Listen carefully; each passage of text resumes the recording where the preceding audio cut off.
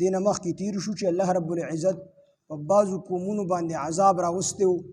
د انسان عقل ته راځي چې د عذاب ولې الله تعالی راوستی و، نو الله جل شانه په دې مخلوق باندې په دې عذاب راتلو کې دنیا شی حکمتونه دي او په دې کې د الله تعالی دنیا شی رازونه دي. خو مخلوق ته الله تعالی په ټولو حکمتونو باندې خبرې دي نشي، د الله رب العزت پر رازونو باندې خبردار کېدي نشي. ټول حکمتونه د الله رب العزت څوک نشي معلومولی. په هر یو کار کې د الله رب العزت خپل حکمت دی او چې کوم کار کې الله تعالی ټیک کوي. په دې کې د الله دنیا شي حکمتونه دي، انسان ته پته نه لګي چې د الله تعالی د کم حکمت تحت دا چې کوم دی دا کار وکړو. نو هلته په قومونو باندې عذابونه راوستي نو هغې کوم د الله تعالی حکمتونو. دلته کې الله رب العزت فرمایي چې ما دا دومره لوی اسمان پیدا کړلی او یو ستن ورته نشته دی، بغیر د ستنې نه مې ټینګ کړی دی. په دې کې بیا الله رب العزت ښکلي بلبونه ښکلي ستوري لګولي دي چې د بلبونو کار ورکوي. دغه رنګ سپوږمۍ پیدا کړل، انورې پیدا کړل، دا ټول د الله رب العزت د قدرت نشانی دي. نو الله فرمایي چې دا اسمانونه او ځمکې دې کې دنیا شي حکمتونه دي د الله رب العزت او دنیا شي د قدرت نشانات دي د الله رب العزت. دا الله تعالی عبس بیکاره نه دي پیدا کړي، بیکاره الله تعالی دا نه دي پیدا کړي، دا نه په خپله پیدا شوي دي او نه الله تعالی بیکاره پیدا کړي دي، بلکې دې کې د الله تعالی دنیا شي حکمتونه دي. نو لاعب او لعب دا څه ته ویلی شي؟ د هغه کار ته ویلی شي چې د هغې څه قسمه مقصد دي. موږ چې د فضول کار وایو، نه دنیایي څه مقصد دي نه اخروي څه مقصد دي، نه به دته خیر میلاویږي نه به بل چا ته خیر، هېڅ مطلب یې نه. بې مطلبه کار ته چې کوم دی لاعب ویلی شي، او کوم سړی چې بې مطلبه کارونه کوي هغه ته لاعب ویلی شي، بې مطلبه کار کوونکی. نو الله تعالی وایي چې دا موږ بې فایدې او فضول نه دي پیدا کړي، د دنیا شي حکمتونه دي اسمان او د دې ځمکې او د دې په منځ کې چې څه دي. الله وایي د دومره لوی اسمان ته چې موږ فضول کارونه کوو، دا خو د الله تعالی د ذات سره ښیي نه، دا خو د یو انسان د ذات سره دا خبره نه ښیي چې دی یو فضول کار وکړي، چې نه د دنیا څه مقصد دي نه د آخرت څه مقصد دي. او فضول یو سړی لګیا دی مثال په طور د شګو نه کور جوړي، نو ټول خلک ودي چې لیونی دی، دا د فضول کار کې دی، خو څه پیدا نشته دی.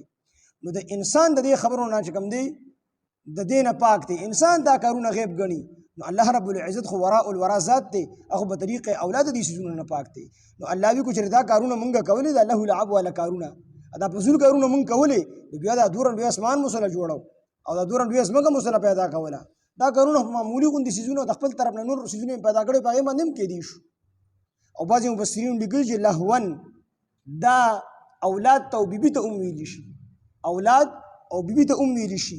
نو بیا به دې مطلب دا شي چې لو اردنا کو چې مونږ غوښتلې ان نتخذ چې مونږ جوړ کو لهون اولاد یا لهون بیبي لتخذناه نو خامخا به مونږ جوړ کړو دی لره من لدنا د خپل ځان نه. بیا د اصل کې په یهود او نصارا عیسایانو او یهودیانو په دواړو باندې رد دی چې دي څوک عیسایان عیسی علیه السلام د الله تعالی زوی ګڼي، الیاذ بالله، یهودیان عزیر علیه السلام د الله تعالی زوی ګڼي. نو الله تعالی فرمایي چې کو الله تعالی ته د بیبي ضرورت وي یا د اولاد ضرورت وي نو د خپل جنس نه پیدا کړیو کنه، یا نور مخلوق نه پیدا کړیو، د انسانانو نه ولې پیدا کول. د الله تعالی نه اولاد شته دي، نه د الله تعالی مور او پلار شته دي، او نه د الله تعالی څوک برابر شته دي. الله تعالی تنها دي، یک یوازې دي. دا بیا به یهودیانو رد شي کو د لهون مراد اولاد او بیبي واغستلی شي، او که له لعب واغستلی شي نو د الله سره دنیا شي زونه دي.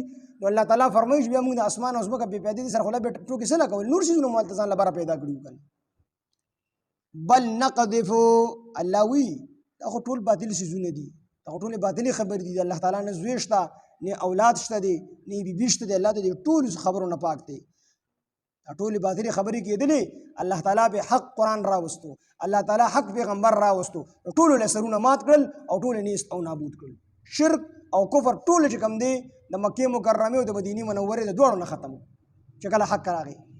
اذا جاء الحق وزهق الباطل، چې کله حق راشي بیا باطل به ختمیږي خامخا. دا د حق مزاج دی، حق په لومبۍ کې کمزوري وي چې کله راشي، خو د دې په دمه تمه باندې دې ترقي کوي دې حد ته ورسي چې باطل مکمل چې کوم دی ختم کړي. نو د دې باطل سر مات کړي، مطلب تباہ او بربادي کې ختمي کړي.